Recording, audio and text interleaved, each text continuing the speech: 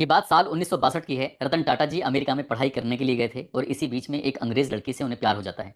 हालांकि अंग्रेज लड़की भी उन्हें उतना ही प्यार करती है और वो दोनों फैसला लेते हैं कि शादी कर लेते हैं। शादी के बहुत नज़दीक तक पहुंच चुके थे, लेकिन इसी बीच में इनके घर से एक संदेश पहुंचता है कि तुम्हारी दादी की तबीयत बहुत ज़्यादा ख़राब है, तुम्हें आ जाना चाहिए। ये इंडिया आ जाते हैं, लेकिन लड़की के परिवार वाले उन्हें लड़की को इंडिया भेजने से कतराने लगते हैं, मना कर देते हैं। और वजह होती है कि भारत और चीन का उस वक्त युद्ध चल रहा था और स्थिति कुछ ऐसी थी नहीं।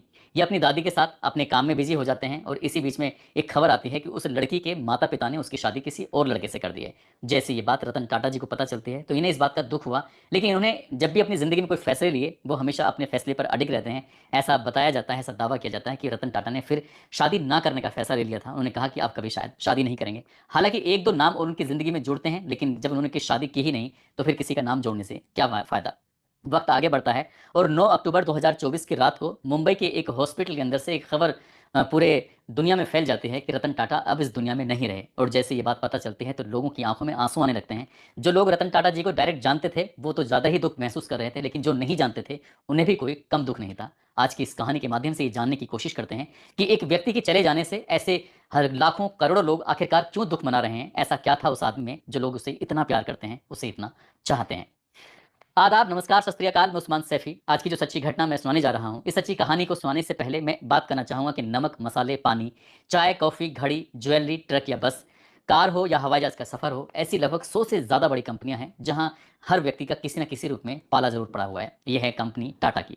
टाटा की कंपनी का जो ब्रांड है पूरी दुनिया में फैला हुआ है और पूरी दुनिया के लोग उससे ऐसा बात करते हैं, ऐसा व्यवहार करते हैं जैसे कि टाटा अपनी खुद की कंपनी हो, हम जैसे उसके मालिक हों। दरअसल ये कहानी शुरू होती है अब से 200 साल से ज़्यादा पुरानी बात है। बात कर रहा हूँ 1822 की। गुजरात प्रदेश का एक गांव लगता है नवासारी, और वहाँ पारसी परिवार में एक लड़के ने जन्म लिया था जिस लड़के का नाम रखा जाता है नसरबान जी टाटा। दरअसल जब लड़का 20 साल का होता है 1822 में, तब उस लड़के की शादी हो चुकी थी। उसकी उसको एक बेटा भी था। उस लड़के ने एक फैसला लिया कि वो यहाँ गाँव में रहकर तो ज़िंदगी नहीं गुजारेगा, वो जाएगा बाहर, बड़े शहर में जाएगा, कुछ बड़ा करने की कोशिश करेगा। इसलिए वो अपने बेटे को और अपनी पत्नी को लेकर अपने उस गाँव को छोड़कर महाराष्ट्र प्रदेश के बॉम्बे शहर पहुँच जाता है, जिसको लोग आज मुंबई के नाम से जानते हैं, उस वक्त बॉम्बे के नाम से जानते थे। बॉम्बे में जाते हैं, वहाँ जाकर सबसे पहला बिज़नेस कॉटन का बिज़नेस शुरू कर देते हैं। और ये कपड़े का व्यापार शुरू ही किया था कि जैसे क्या कपड़े का व्यापार उनका इंतज़ार कर रहा था। जैसे-जैसे वक्त आगे बढ़ रहा था, वैसे-वैसे अ, नसरवान जी टाटा का नाम बड़ा होता चला जाता है। इस बीच में कुछ युद्ध भी होते हैं और वहाँ पर इनके कॉटन की माँग ज़्यादा बढ़ने लगती है। कुल मिला के इनकी कंपनी लगातार आगे बढ़ रही थी। इनका बेटा भी धीरे-धीरे बड़ा होने लगता है। बेटे का नाम रखा था जमशेद जी टाटा।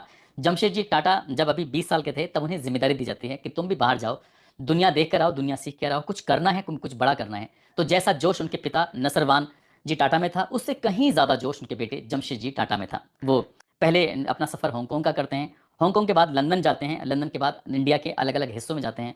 वहाँ जाकर अपनी कंपनियाँ खोलना शुरू कर देते हैं। कॉटन के व्यापार से कहानी शुरू होती है, उसके बाद फिर वो स्टील के व्यापार में चले जाते हैं और धीरे-धीरे करके ऐसे ही वक़्त आगे बढ़ रहा था, इनका नाम भी बड़ा हो रहा था। अब ये सेठ लोगों में इनकी गिनती होती थी। इन्हें लोग द दूर से देखते ही जानने लगते थे, पहचानने लगते थे। जमशेद जी टाटा एक बार साल 1989 की ये म 1889 की बात है। महाराष्ट्र प्रदेश के बॉम्बे शहर में एक इलाका है काला घोड़ा, वहाँ पर एक होटल लगता है ओटसन्स होटल में जाना था इनको अपने बच्चों के साथ, परिवार के साथ। लेकिन दरबान ने इनको होटल में जाने से रोक दिया। कहता है कि यहाँ पर सिर्फ यूरोपियन ही अंदर जा सकते हैं, किसी इंडियन को अंदर जाने की अनुमति नहीं है। इन्होंने अपने बारे में बताया कि इनका नाम बहुत बड़ा है, ये बड़े आदमी हैं, तो इन्हें अंदर क्यों नहीं जाने दिया जा रहा। लेकिन होटल के कुछ रूल्स थे, रेगुलेशन थे। उन्होंने साफ-साफ कहा कि यहाँ पर सिर्फ यूरोपियन ही अंदर आ सकते हैं, कोई इंडियन अंदर नहीं आएगा।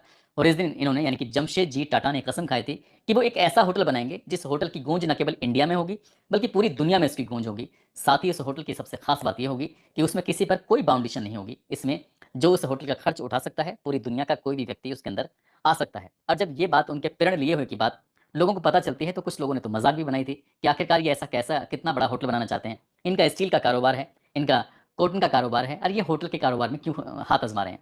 इन्होंने होटल बनाया, हालाँकि कई साल यानी कि एक लगभग 10-11 साल से ज़्यादा का वक़्त लग जाता है और होटल बनकर तैयार हो जाता है। मुंबई का ही समुद्र के किनारे गेटवे ऑफ इंडिया है, उस गेटवे ऑफ इंडिया के ठीक सामने एक होटल बनके तैयार हो जाता है। साल 1903 में उस होटल का नाम रखा जाता है the Taj Mahal hotel. Taj Mahal hotel एक ऐसा होटल है, आज भी लोग मुंबई जाते हैं घूमने के लिए तो गेटवे ऑफ इंडिया के पास जाते हैं, समुद्र के किनारे खड़े होते हैं। वहाँ खड़े होके कोई सेल्फी लेता है, कोई वीडियो बनाता है, तो कोई अलग-अलग तरह की एक्टिविटी करता है। तमाम ऐसी फ़िल्में हैं जहाँ फ़िल्मों में भी उस होटल को दिखाया जाता है। बड़े सारे लोग हैं जिनकी यादों में ताजमहल होटल आज भी समाया हुआ है।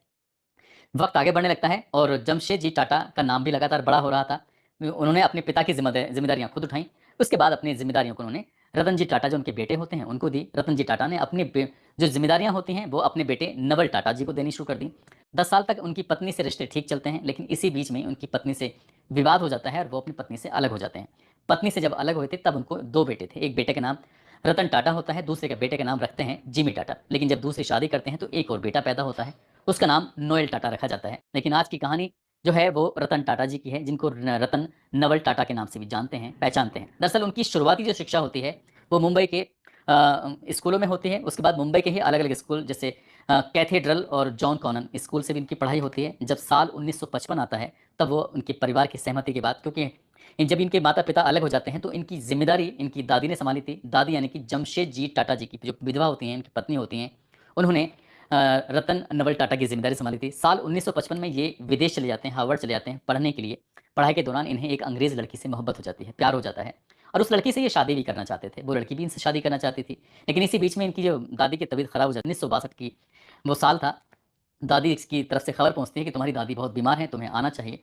जब वो इंडिया आते हैं तो उस लड़की को भी साथ लाना चाहते थे जिससे शादी करना चाहते थे, लेकिन लड़की के परिवार वालों ने ये कहते हुए मना कर दिया था कि इस वक्त भारत और चीन के जो संबंध आपस में अच्छे नहीं हैं, युद्ध चल रहा है, जब स्थिति ठीक हो जाएगी तब ये लड़की आ जाएगी। लेकिन इसी बीच में युद्ध की स्थिति भी ठीक हो जाती है, सब कुछ ठीक था। ये अपने पिता की जिम्मेदारियों को संभालना शुरू कर देते हैं, लेकिन लड़की के पिता ने धोखे से उस लड़की की शादी किसी और से कर दी। और जब ये बात रतन टाटा जी को पता चलती है तो उन्हें बहुत ज़्यादा दुख होता है, लेकिन उन्होंने फिर आगे शादी ना करने का फैसला ले लिया था, शादी करते ही नहीं है।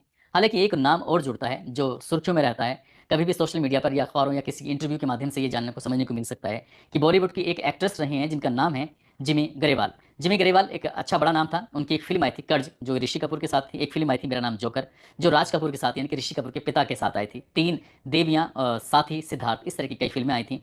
जब ये आगे चल के अपना एक ऐसे पॉडकास्ट, जैसे आज की तारीख में पॉडकास्ट बोल देते हैं, तो उन्होंने एक अपना ऐसे एक शो बनाया था। उस शो में देश की महान हस्तियों को उन्होंने उसमें शो में बुलाया, उनसे बातचीत की, और उसी बातचीत के दौरान उन्होंने रतन टाटा जी को भी बुलाया था। और जबकि ये बताते हैं कि आपस में अफेयर भी होता है, उन्होंने ये स्वीकार भी किया कि हम विदेशों में हमने बहुत अच्छा वक्त गुजारा। हालांकि इसके प्रमाण नहीं मिलते कि ये शादी-वादी इन्होंने क्यों नहीं की, इसके बारे में कुछ ज़्यादा जानकारी मिलती नहीं है। 2 और लड़कियों के नाम भी सामने आते हैं, कुल मिलाकर 4 ऐसी लड़कियों के नाम सामने आते हैं जिनके बारे में बताते हैं कि रतन टाटा जी शादी करना चाहते थे, शादी के बहुत नज़दीक तक पहुँच जाते हैं, लेकिन कुछ ऐसी बात ऐन वक़्त बिगड़ जाती है और बात बन नहीं पाती। ऐसे वक़्त आगे चलते-चलते जब ये अपने पिता की ज़िम्मेदारियों को उठा रहे थे, तो बात थी साल 1980 की। बताते हैं कि इनकी टाटा मोटर्स कंपनी में उस वक़्त 4000 कर्मचारी काम करते थे, और एक गैंगस्टर की नज़र इनकी कंपनी पर पड़ जाती है। गैंगस्टर ने इनको परेशान करना शुरू कर दिया, इनसे रंगदारी वसूलने की कोशिश करने लगा। अब रतन टाटा जी ने पुलिस का सहारा लिया, लेकिन पुलिस भी उस गैंगस्टर के नाम से घबराती थी, परेशान होती थी। अब ऐसी स्थिति में करें तो क्या करें, क्योंकि उस गैंगस्टर ने इनके जो कर्मचारी होते हैं उनको भी डराना धमकाना शुरू कर दिया था, और डर की वजह से इनके कर्मचारी कंपनी में नहीं आते थे। उस गैंगस्टर का सिर्फ एक ही मकसद था, जो रंगदारी के पैसे मांग रहे हैं वो दे दो, उसके बाद अपनी कंपनी में काम करें। लेकिन रतन टाटा जी ने ये सोचा कि अगर मैंने इन्हें पैसे दिए तो आज ये गैंगस्टर है, कल को कोई नया तैयार हो जाएगा, हो सकता है कि कर्मचारी ही इस तरह की हरकतें करना शुरू कर दें। तब उन्होंने फैसला लिया कि अपने कर्मचारियों को मैसेज दिए, विज्ञापन भेजे। उन्होंने कहा कि आप कंपनी के लिए काम करिए, हम आपको ज़्यादा लाभ देंगे, आपको ज़्यादा सुविधाएं देंगे। और इस सुविधाएं देने का सिर्फ एक ही मकसद था कि गैंगस्टर को पैसे देने से अच्छा है कि अपने कर्मचारियों को फ़ायदा दिया जाए। कर्मचारियों को अगर फ़ायदा देंगे तो कर्मचारी पूरी शिद्दत, पूरी ईमानदारी से अपने काम में जुट जाएंगे, और ऐसा ही हुआ। रतन टाटा जी ने जो सोचा था ठीक वैसे ही होता है, कर्मचारी काम पर लौट आते हैं। और जब गैंगस्टर ने परेशान करना शुरू किया, पुलिस ने फिर इनकी मदद की, पुलिस ने उसको जेल भेज दिया। वो जेल जब जाता है, छूट कर वापस लौट कर आता है, तो बताते हैं कि उसने कसम खाई थी कि वो रतन टाटा जी को छोड़ेगा नहीं, लेकिन उसके अंदर इतनी हिम्मत नहीं थी, वो अपने इस मकसद में कामयाब नहीं हो पाता है। वक्त का पहिया आगे बढ़ रहा था, इनकी कंपनियां लगातार आगे बढ़ रही थी। ये हर बार कोई ना कोई नया प्लान करते थे और कंपनी में हाथ आजमाते चले जाते हैं। 1-2 कंपनी से शुरुआत किया, 20-30, 30-40 इस तरह से कंपनियां इनकी होने शुरू हो जाती हैं। बस साल 1998 की बात है, इन्होंने एक ऐसी कार लॉन्च की थी, उस कार की धूम पूरे इंडिया में फैल जाती है। कार का नाम रखते हैं इंडिका। इंडिका कार का नाम रखते हैं, और कंपनी को जिस तरह से ये बढ़ा के बनाते हैं, लेकिन उस हिसाब से ये कार जो इतना ग्रो नहीं कर पाई, पब्लिक के दिमाग में नहीं चढ़ पाई, और इनको लगता है कि शायद इसकी वजह से बहुत ज़्यादा लॉस हो रहा है। इसलिए इस कंपनी के विजन को ये बेचना चाहते थे, ताकि विदेशी कोई इस कंपनी का विजन को ले और ये इसके साथ मिलकर काम करें। लेकिन जब विदेशी कंपनी आती है, बिल फोर्ड, जो फोर्ड कंपनी है उसके मालिक बिल फोर्ड मुंबई में इनसे मीटिंग करते हैं, और मीटिंग करने के बाद मीटिंग के दौरान ही कुछ इनकी बेइज्जती कर देते हैं। बेइज्जती कुछ ऐसी कि रतन टाटा जी, जब आपको इसके बारे में कुछ समझ नहीं थी, आपको इसके काका गा के बारे में कुछ पता नहीं था, तो आपको ये कंपनी बनानी नहीं चाहिए थी, आपको ये कार बनानी नहीं चाहिए थी। हम इसे खरीद कर आप पर एहसान कर रहे हैं, इस तरह की बात थी। जब अपने घर जा रहे थे कार से, तब उन्हें जाते जाते ख्याल आता है कि ये बहुत बड़ी बात करके गया है, बेइज्जती करके गया है, तभी फैसला लेते हैं कि चाहे इससे कितना ही नुकसान हो जाए, इंडिका कार का जो विजन है वो बिल्कुल भी नहीं बेचेंगे, और उन्होंने अपनी कार का विजन बेचने से साफ इनकार कर दिया। बिल फोर्ड को मायूस होकर वापस जाना पड़ा और ये अपने काम में लग जाते हैं, अलग अलग कंपनियों में हाथ आजमाना शुरू कर देते हैं, चाहे नमक हो चाहे ज्वेलरी हो।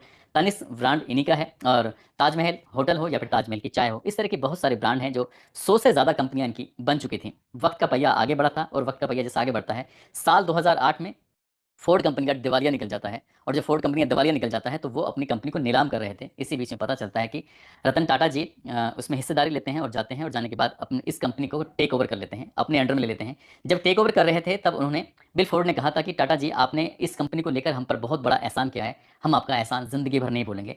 तब इन्होंने लैंड रोवर और जैगवार कंपनी को अपने हिस्से में ले लिया था उसने, और उस पर काम करना शुरू कर दिया। आज लैंड रोवर की पहचान है, और जब वो दौर था जब लैंड रोवर और जैगुआर डूब रही थी, लेकिन रतन टाटा जी के हाथ से लगते ही वो एक सोना बन जाती है, वो चमकने लगती है। वक्त का पहिया ऐसे बढ़ रहा था जब लोगों को ये बात पता चलती है कि जिस व्यक्ति ने उनकी बेइज्जती की थी, और उसी के लिए उन्होंने उसकी कंपनी को अपने टेक ओवर कर लिया था, खरीद लिया था। 2008 की ये बात है। पाकिस्तान के कुछ आतंकवादी, जिनकी संख्या लगभग 10 के आसपास बताई जाती है, वो समुद्र के रास्ते मुंबई में प्रवेश कर जाते हैं, और अलग अलग हिस्सों में जाकर उन्होंने गोलीबारी करना शुरू कर देते हैं। उनके सामने जो भी पड़ रहा था उसको गोली मार रहे थे, उसकी हत्या कर रहे थे। कुछ आतंकवादी ऐसे होते हैं जो समुद्र के रास्ते से जाते हैं, तो गेटवे ऑफ इंडिया की तरफ से वो सीधा एंट्री करते हैं ताज होटल में। ताज होटल जो इंडिया का जाना माना है, जो मुंबई का जाना माना नाम है, उसके अंदर जाते हैं। उस वक्त बताते हैं कि लगभग 300 से ज़्यादा गेस्ट उसके अंदर थे, कर्मचारी उसके अंदर काम कर रहे थे, और इसी बीच में जिसको देख रहे थे ताबड़तोड़ गोलियां बरसा रहे थे। हालांकि जैसे ही किसी कर्मचारी ने रतन टाटा जी को ये सूचना दी कि आपके इस होटल के अंदर कुछ आतंकवादी घुस आए हैं और वो गोलियां चला रहे हैं, मार रहे हैं, तब रतन टाटा जी ने संपर्क साधने की कोशिश की, लेकिन संपर्क हो नहीं पाता। तब वो वहां से सीधा पहुंच जाते हैं उसी होटल, और होटल के अंदर जाने की कोशिश कर रहे थे, लेकिन कर्मचारियों ने, गार्डों ने, सुरक्षा गार्डों ने, पुलिस वालों ने उन्हें बाहर ही रोक लिया कि आप अंदर नहीं जा सकते। वो कहने लगते हैं कि मेरे कर्मचारी, मेरे गेस्ट अंदर परेशान हैं, अंदर गोलियां चल रही हैं, और ऐसे वक्त में मैं बाहर हूँ, मुझे अच्छा नहीं लग रहा है। ये बात जब अखबार और सोशल मीडिया के माध्यम से, टीवी के माध्यम से लोगों को पता चलती है कि एक होटल का मालिक जो इतना बड़ा आदमी है, वो अपने कर्मचारियों को लेकर, अपने लोगों को लेकर इतना ज़्यादा फिक्रमंद है, सुबह से शाम हो जाती है लेकिन वो अपनी जगह से नहीं हिलते।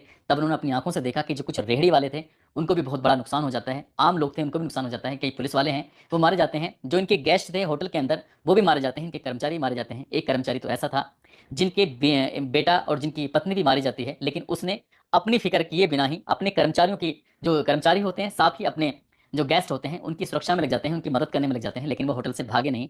जब ये बात अमेरिका या कई बाहरी विदेशी मुल्कों को पता चलती है तो इस पर रिसर्च होता है बाकायदा कि आखिरकार ऐसे क्या कर्मचारी हैं, ऐसे उन्हें उन्हें क्या दिया जा रहा है रतन टाटा जी की तरफ से, कि वहाँ गोलियां चल रही हैं, और गोली चलने के बावजूद भी मौका था भागने का, लेकिन भाग नहीं पाते। ये पता चलता है कि ये अपने कर्मचारियों के प्रति इतना शानदार व्यवहार करते थे कि जिससे क्या हर कर्मचारी को इनसे मिलकर ऐसा लगता है जैसे कि ये मेरे घर के सदस्य हैं, जैसे मेरे परिवार का हिस्सा हैं, और परिवार के हिस्से में जब परिवार मुसीबत में आता है तो परिवार के लोग किसी को कोई छोड़कर नहीं जाता। इसलिए कर्मचारियों पर जो रिसर्च किया गया था वो बात बिल्कुल सच पाई जाती है। और जब ये बात रतन टाटा जी को पता चलती है कि कोई भी कर्मचारी, एक भी कर्मचारी होटल से भागा ही नहीं, तब इन्होंने अपने उन कर्मचारियों के कर्जे में माफ़ किए। उन्होंने कसम खाई कि जब तक वो जिंदा हैं तब तक उनकी सैलरी भी देंगे, और उन्हें किसी भी तरह की दिक्कत नहीं होने देंगे। जो कर्मचारी मारे जाते हैं, जो लोग मारे जाते हैं, उनके बच्चों की शिक्षा हो, उनके बच्चों की चिकित्सा हो, उनकी अन्य सुविधाएं हो, उनके बारे में भी, न केवल उनके बारे में बल्कि जो रेहड़ी वाले होते हैं उनके बारे में भी ऐसा बताया जाता है कि एक लड़की के टांग में गोली लग जाती है, और उस लड़की के बाद में वो अजमल कसाब को पहचान भी लेती है। उस लड़की के ऊपर जितना भी खर्चा आता है रतन टाटा जी अपने ऊपर लेते हैं।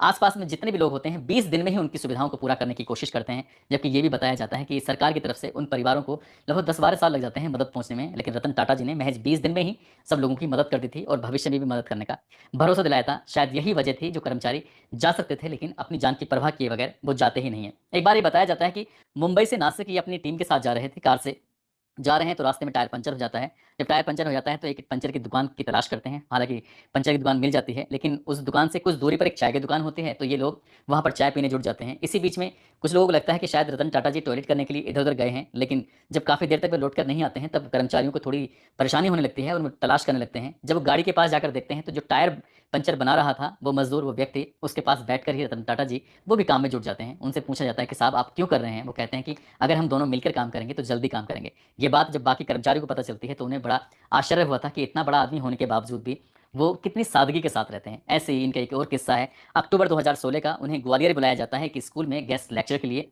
जब ये जाते हैं तो वहाँ पर ऐसा लगता है जैसे पूरा तामाझामा फैला हुआ है और एयरपोर्ट पर बड़ी संख्या में लोग उनका इंतजार कर रहे थे कि उनके सेक्रेटरी होंगे, उनके सुरक्षा गार्ड होंगे, उनकी बहुत बड़ी टीम उनकी आएगी। लेकिन पता चलता है कि जो रतन टाटा जी होते हैं, वो अकेले ही एयरपोर्ट पर आए हुए थे और जब उनके स्वागत करते हैं तो ये बात एक स्टूडेंट ने उनसे पूछी थी कि आप इतने बड़े आदमी हैं लेकिन इतनी सादगी के साथ, तो सादगी के साथ ही उन्होंने जवाब दे दिया था कि मुझे आम लोगों की तरह रहना अच्छा लगता है।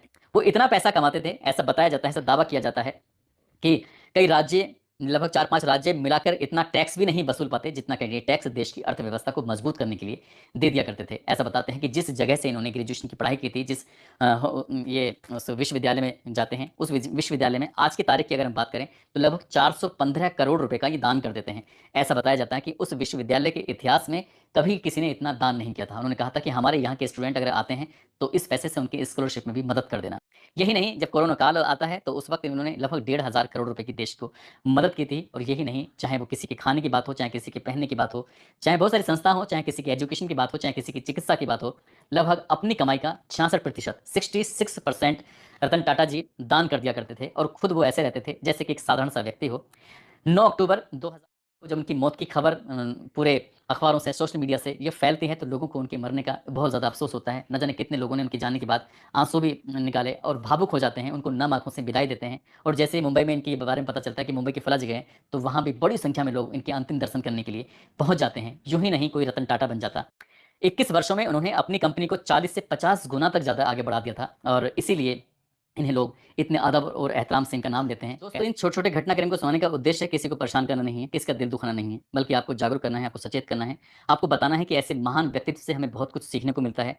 ऐसे व्यक्ति के चले जाने से पूरे देश को इतनी तकलीफ हुई है, जिसका शब्दों में बयाँ करना आसान नहीं है। ऐसे व्यक्ति के बारे में बताना बिल्कुल कई बार अंदर से रुदन सी आने लगती थी। ऐसा लगता था कि काश मैं भी रतन टाटा की तरह होता। मुझे इस बात का बड़ा गौरवान्वित भी फ़ील हो रहा है कि मैंने ऐसे व्यक्ति के बारे में जो छोटी-मोटी कुछ जानकारियाँ थीं, वो बताने की कोशिश की है। वाक़ई ऐसे व्यक्ति सदियों में पैदा होते हैं और ऐसे व्यक्ति से हमें बहुत सारी सीख लेनी चाहिए। ऐसे व्यक्ति को हमें बार-बार सैल्यूट करना चाहिए, जिसकी वजह से लोग उन्हें इतना प्यार करते हैं।